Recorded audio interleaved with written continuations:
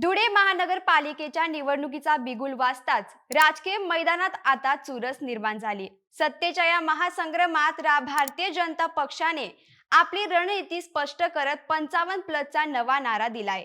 निवडणुकीत व्यक्ती नव्हे तर पक्षाचं चिन्ह कमळाचे फुलच आमचा उमेदवार असेल असा ठाम विश्वास आमदार अनुप अग्रवाल यांनी स्पष्ट केलाय।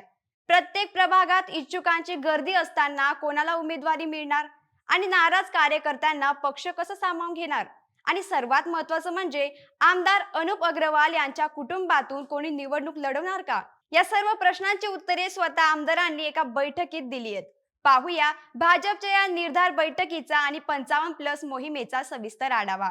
नमस्कार, मी किमा चौधरी आणि तुम्ही पाहत आहात बोलेमेच। आमदार अनुप अग्रवाल यांच्या जनसंपर्क कार्यालयात नुकतीच भाजपचे नेते, पदाधिकारी आणि इच्छुक उमेदवारांची एक महत्त्वाची बैठक पार पडली। या बैठकीत 55 पेक्षा अधिक जागा जिंकण्याचा संकल्प करण्यात आला।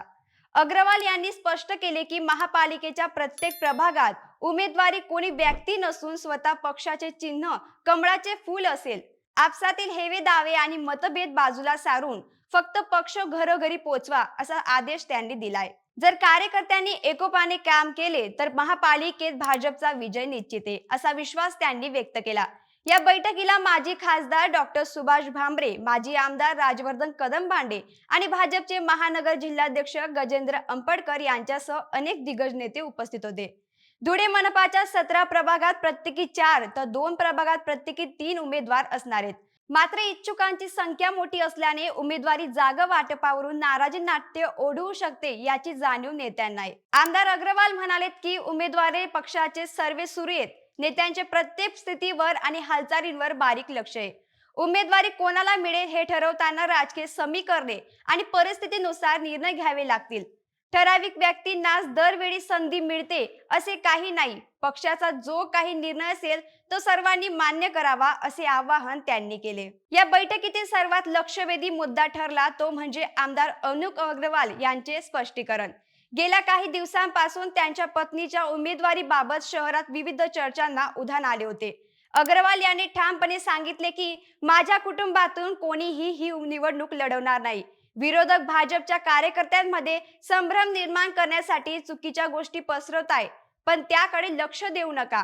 अग्रवाल पुढे म्हणाले की तुम्ही मला आमदारकीच्या माध्यमातून सालदारकीची संधी दिली, ती माझ्यासाठी पुरेशी आहे। ही निवडणूक कार्यकर्त्यांची असून त्यांना संधी दिली जाईल। उमेदवारी मिळाली नाही तरी पक्ष सोडू नका, प्रामाणिकपणे काम करत राहा। पक्ष कधीच तुम्हाला नाराज करणार नाही असा शब्दही त्यांनी दिला। माजी केंद्रीय मंत्री डॉक्टर सुभाष भामरे आणि माजी आमदार राजवर्धन कदमबांडे यांनी या बैठकीत विजयाचे गणित मांडले। डॉक्टर भामरे यांनी सांगितले की शहरातील हिंदू बहुल 15 प्रभागातून आपल्या 55 नगरसेवक निवडून आणायचे। त्यासाठी कार्यकर्त्यांनी पुढील 1 महिना या लढाईसाठी सज्ज व्हावे। राजवर्धन कदमबांडे यांनी आश्वासन दिले की ज्यांना उमेदवारी मिळणार नाही त्यांना पक्षाच्या इतर पदांवर सामावून घेऊन यांचा सन्मान केला जाईल। भाजपच्या माध्यमातूनच धुळे शहराचा विकास होणार आहे आणि जनता आपल्या पाठीशी आहे असा विश्वास नेत्यांनीही व्यक्त केलाय। बैठकीला माजी महापौर जयश्री अहिराव, चंद्रकांत सोनार, प्रदीप करपे यासारख्या मोठ्या फळीतील नेत्यांची उपस्थिती होती, ज्यामुळे भाजपच्या या मोहिमेला बळ मिळाले।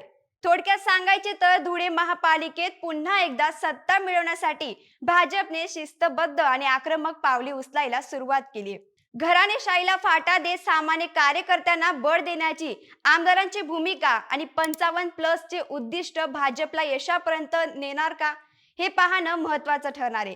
आमदार अनुप अग्रवाल यांनी स्वतःच्या कुटुंबातून कोणालाही उमेदवारी न देण्याचा जो निर्णय घेतलाय तो इतर इच्छुक कार्यकर्त्यांच्या उत्साहात भर पाडण्यासाठी पुरेसा ठरेल का? आणि भाजपचा हा 55+ चा आकडा धुळेकर पूर्ण करतील का? यावर तुम्हाला काय वाटतं? तुमचं मत आम्हाला खाली कमेंट करून नक्की सांगा आणि आपल्या बोलेमेच्या YouTube चॅनलला सबस्क्राइब करा।